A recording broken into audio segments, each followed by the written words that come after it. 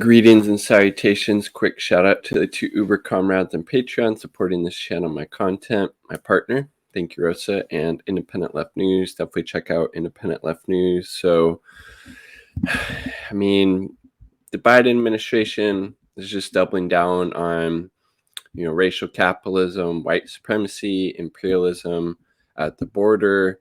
They are now mass deporting people, mass deporting these migrants in particular back to Haiti, to these very deplorable conditions that they came from.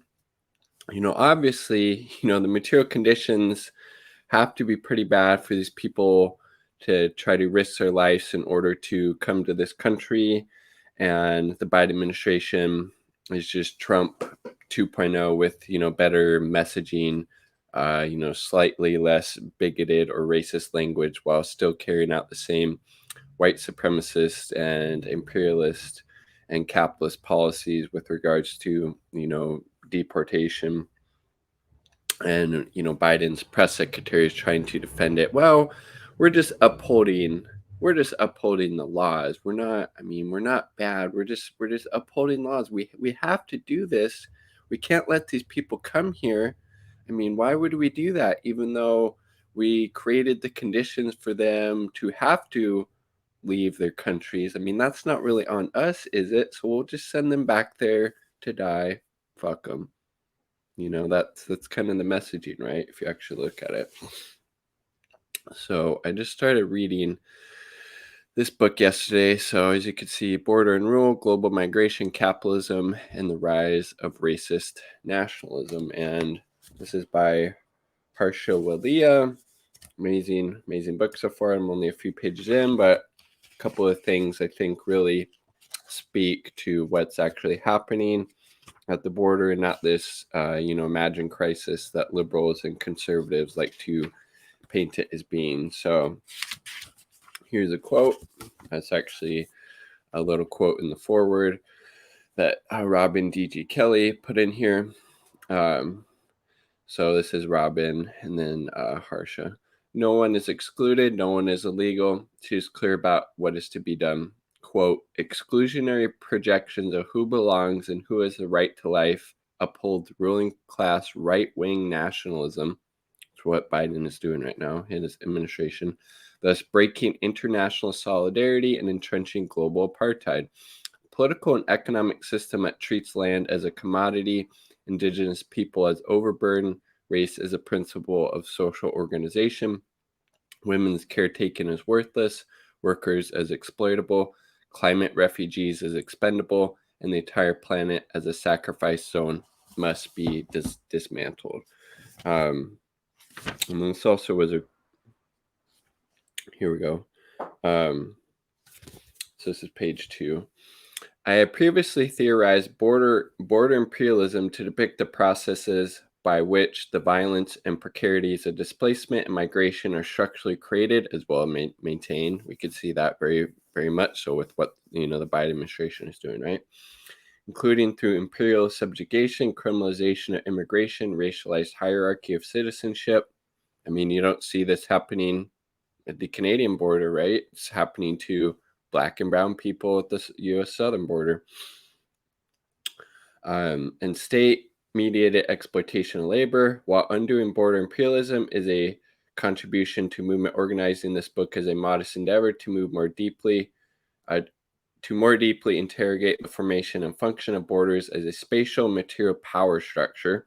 Borders are an ordering regime, both assembled through racial capitalist accumulation and colonial relations. For fuck's sake, the people of Haiti have been, paying for the successful slave revolt they've had there, for hundreds of years at this point.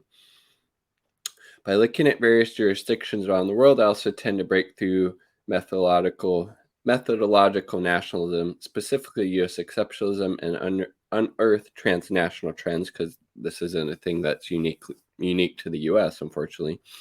Many on the left believe the cruelties of U.S. immigration policy are homegrown and exported, when in fact most repressive technologies of border rule are perfected elsewhere.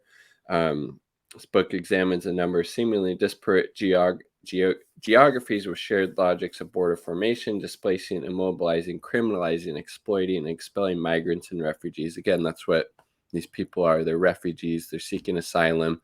But Biden is using that. His administration is using that fucking, legal means to just mass deport them without even them having, a day in, asylum court or having their case heard or, whatever the case may be. It's just disgusting. To divide the international working class and consolidate imperial, racial, capitalist, state ruling class and far-right nationalist rule. So that's all. I mean, that's what the Biden administration is doing with these mass deportations of Haitian migrants and, these other migrants who, again, as Harshal Walia points out here, conservatives and liberals alike conceive U.S. immigration policy as an issue to be managed by the state. Language such as migrant crisis and the often corresponding migrant invasion is a pretext to shore up further border securitization and repressive practices of detention deportation. Such representations depict migrants and refugees as the cause of an imagined crisis at the border, when in fact, this is very key, when in fact mass migration is the outcome of the actual crises of capitalism, conquest, and climate change. The border crisis, as I argue in the first place, is more accurately described as crisis of displacement and immobility, preventing both the freedom to stay and the freedom to move. American liberals may demand an end to excessive violence against Latinx migrants and refugees. See, Psaki, Biden, AOC, Bernie, Squad, etc. But they rarely locate immigration and border policies within broader systemic forces. A long arc of dirty colonial coups, capitalist trade agreements, and extracting land and labor, climate change, and enforced oppression is the primary driver of displacement from Mexico and Central America. Migration is a predictable consequence of these displacements, yet today the U.S. is fortifying its border against the very people impacted by its own policies. Analyzing the border as part of historic and contemporary imperial relations, hence the term border imperialism, forces a shift from notions of charity and humanitarianism to restitution, reparations, and responsibility. From the U.S.-Mexico's border early formation, entangled in the tears of territorial expansion, indigenous genocide, anti-Black enslavement, and racialized expulsion, to the more recent hemispheric war on drugs and the global war on terror, the first two chapters detail how bipartisan U.S. immigration policy is a linchpin in synchronous domestic and global warfare. And we see that bipartisan, the same shit that was happening under Trump is happening under Biden, but with, slightly better language, and, they're calling it end to the excessive violence whilst, having record levels of deportations, right? U.S. border rule reveals seamless relations between the carceral administration of genocide and slavery at home and imperial counterinsurgency abroad, domestic neoliberal policies of welfare, retrenchment, and foreign policies of capitalist trade, and local global regimes of race. This is unmistakable in the deployment of U.S. Border Patrol Tactical Unit, BORTAC, to train border guards in Iraq and Guatemala, while engaging in SWAT-style operations to grab protesters off the streets of Portland in unmarked vehicles at the height of the Black-led uprisings against police violence in 2020.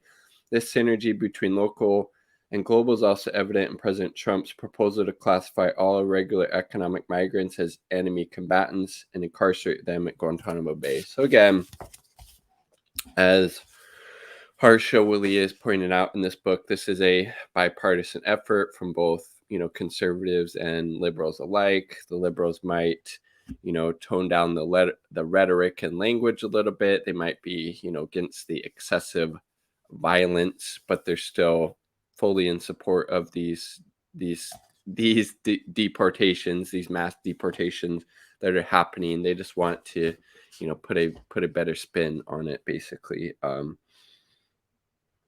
And again, the point, imagine crisis, when in fact mass migration is the actual outcome of the crises of capitalism, conquest, and climate change. Highly recommend this book for any of you liberal or conservative hacks out there that are still trying to defend these deportations, or the liberals who went back to brunch after Biden got in office, even though he's doing the same exact disgusting things that Trump did, just with the slightly more polished veneer. Really, really dark and disgusting times that we live in. But again, I didn't have any hope for Biden. That's why I didn't vote for him. I knew this shit would just be continuing, right? Like the video if you like the damn video. Subscribe for more content. All power to the people. Abolish ICE. Abolish Border Patrol. Abolish the borders. No one is illegal. No one is illegal. It's just fucking, it's disgusting. Peace. Much love.